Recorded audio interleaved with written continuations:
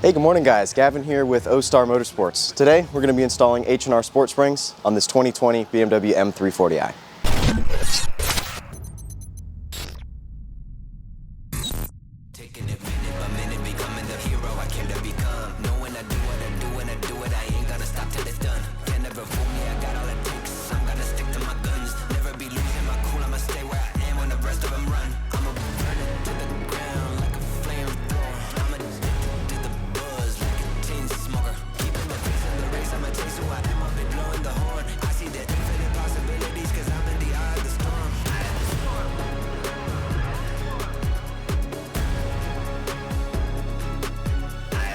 All right, so this customer went with H&R springs as not only an affordable option, but also to retain quite a bit of the ride quality on this vehicle. So fairly new vehicle. We're looking for about a 1.5 inch drop on this car. So we're gonna go ahead and take these factory struts apart, install the springs, and walk you right through it. All right, so we're gonna start with our right front. We got a 17mm to take all these lug nuts off.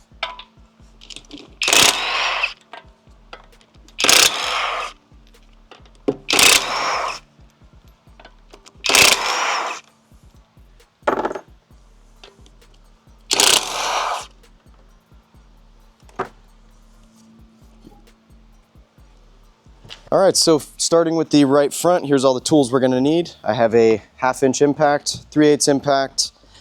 These tools aren't required, but it helps make the job a little bit quicker, as well as an electric ratchet. So I have two 3/8 ratchets, 1/4 inch. We have a 15 and 16mm deep and shallow socket. We also have a 17mm Allen. This is gonna be to remove the axle. 17mm for the lug nut, and then a T30 to hold our sway bar end link in place in case it spins. So with doing springs or any kind of suspension work on X-drive cars, or any all-wheel drive car for that matter, you do have to be cautious of removing your axle when doing this installation.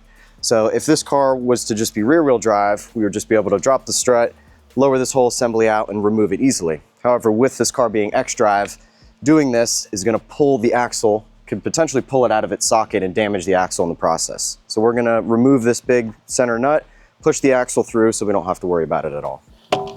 With a 1/2 inch impact, you should be able to remove these axle nuts pretty easily.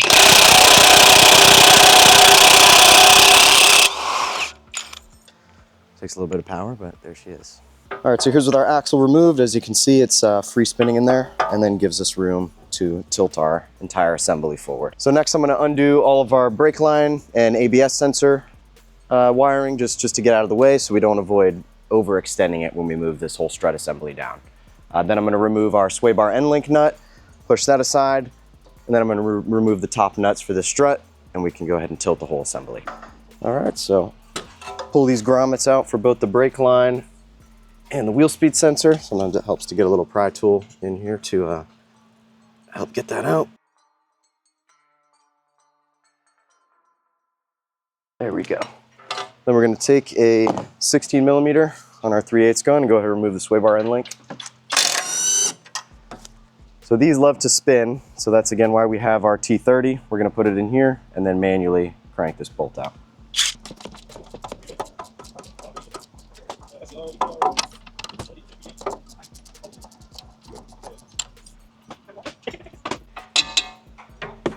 Move our sway bar end link to the side, get it out of the way. Then we're gonna go ahead and start removing our lower strut bolt, also a 16mm. There we go, so now that's loose, we're gonna go up top, start to break loose our top strut bolts, and then go ahead and get the whole assembly tilted. All right, so with the hood open, we're gonna go ahead and remove this little battery cover, twist it to the left. This comes right off. And then we need to take a little trim tool, pull off these couple of tabs, and then we have our 4 strut bolts right there. There we go, 1, 2, 3, 4.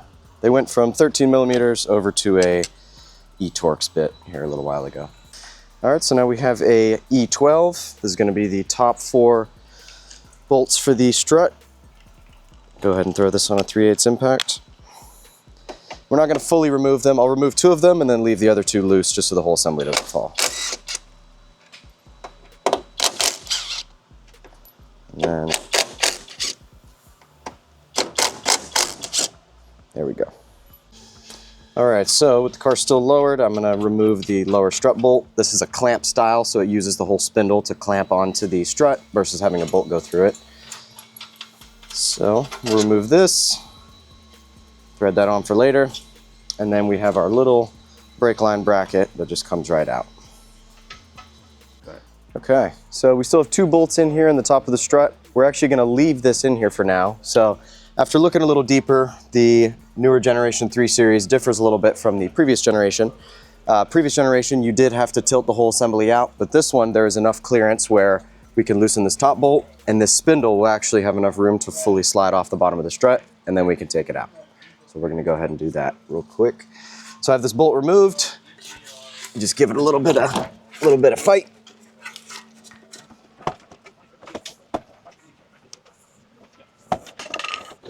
After a little bit more muscle, we got the strut out of its little spindle right here. So I'm gonna go up top, take our remaining 2 E12s out, and then this whole front strut will pop right out. Okay.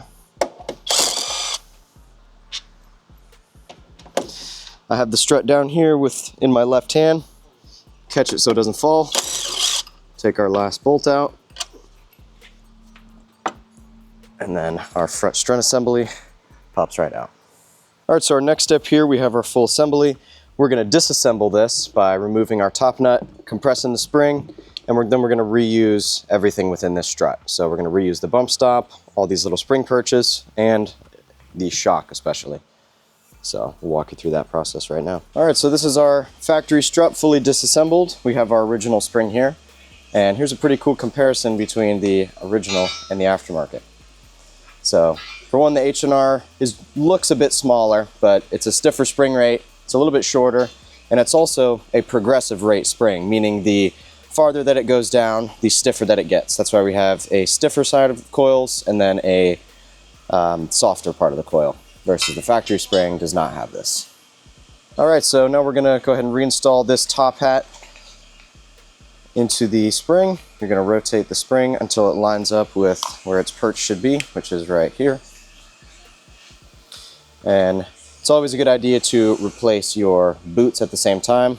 And many times this bump stop will become all crumbled and falling apart, but this one's in good shape, so we're gonna reuse it.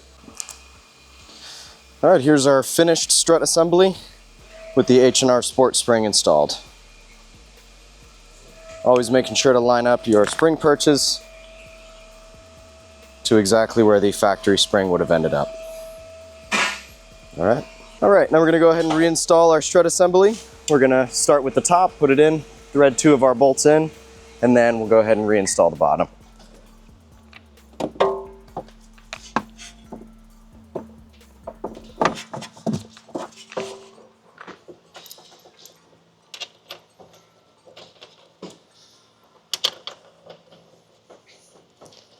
There we go, just like that. And then with a pry bar inserted in here, that opens up the spindle a little bit.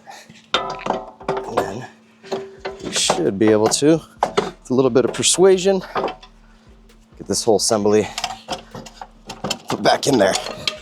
So what I'm gonna do is lift this up, put a pole jack underneath, push the whole assembly up and make it a lot easier to slide back in. Okay, so rather than lifting the whole car up and using a pole jack, decided to go ahead and do it on the ground with a jack. Just makes the whole process a little bit easier. So there's one little tab on the very back of this strut that has to line up with the split in the spindle. So we rotated that, got it lined up, jacked it up, and now we can go ahead and put our bolt right through and snug it down for now. Okay, so now we're going to reinstall our brake line bracket. Actually, I have this upside down.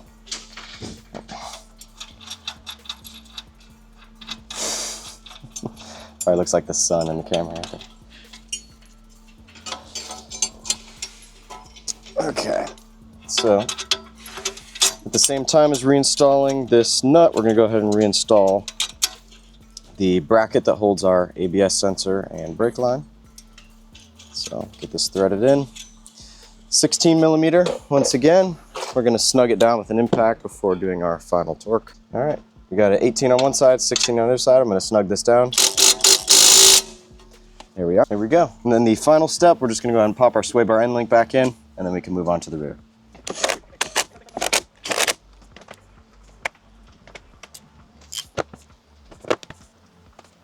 Hey guys, Fernando here from Ostar Motorsports. So as Gavin finishes up with this M340, I want to let you guys know that if you are in the market to do lowering springs, I know that most of us, that's probably the first thing we do to a car is lower it, maybe put some wheels. We are able to do other makes and models like Porsche or Nissan or anything really you can put our hands on, we can lower it for you. And if you don't have the parts for it, we can maybe do a package deal for you, get you the parts, get you the labor, and have you taken care of. We can also do alignments in-house, which you're gonna have to do once you do a lowering spring set like this one. So with that being said, I wanna turn it over to Gavin, let him finish up this video for you guys and show you how it looks lowered. So take it away.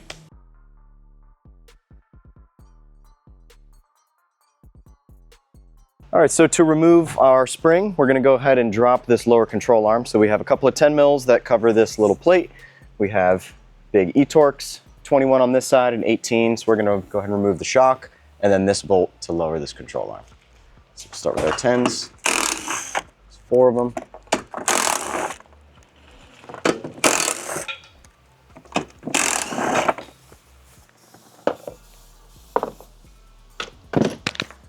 Okay, we're gonna go ahead and take the shock out. This is a 18 millimeter.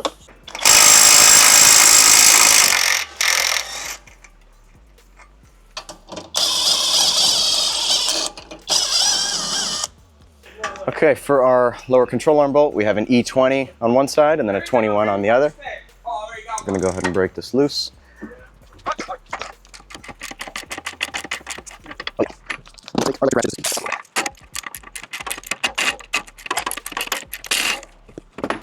There we go. And then I have a pull jack under here to support it, because this is what's holding all the weight of the suspension up. So we're fighting against the spring right now.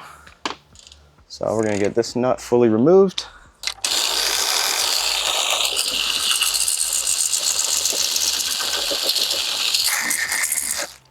Here we go. So we have our spindle free hanging, and we can slowly, carefully lower this control arm down.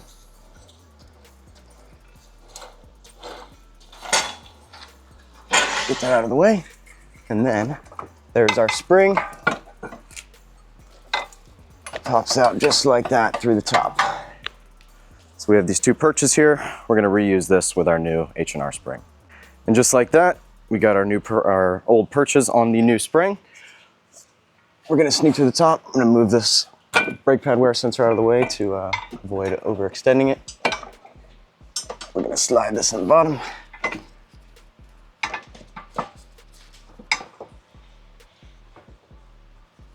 And there we go.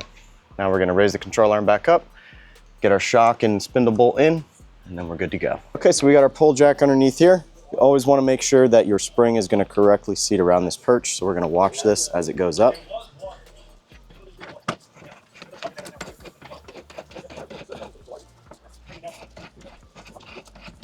We got a little bit of play here. We're gonna go ahead and try to get our bolt started, pushed all the way through.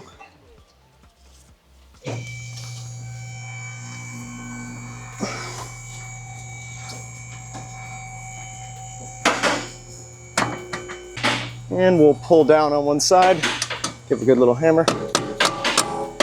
There we go. Got our nut popped all the way through. Lost the 22. Get this 21 on this side started. And we'll go ahead and pop the shock bolt in as well. Sometimes you have to compress these up just a little bit, which is what I'm gonna do right now. Just take one hand. I'm gonna lower, take some tension off of here until the shock bolt lines up. There it goes. Straight through. All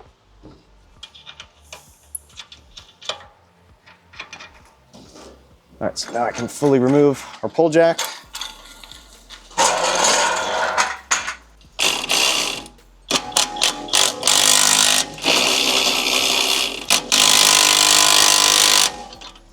There we go. Once we got it all snugged down, I'm gonna take my 3/8 ratchet and we're gonna tighten this bolt down while holding the other side as well.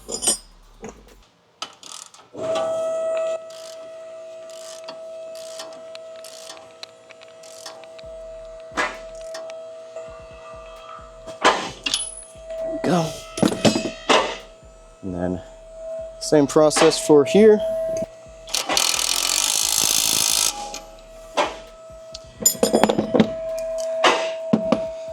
Double check, make sure it's nice and tight. And there we go. That is the rear installed.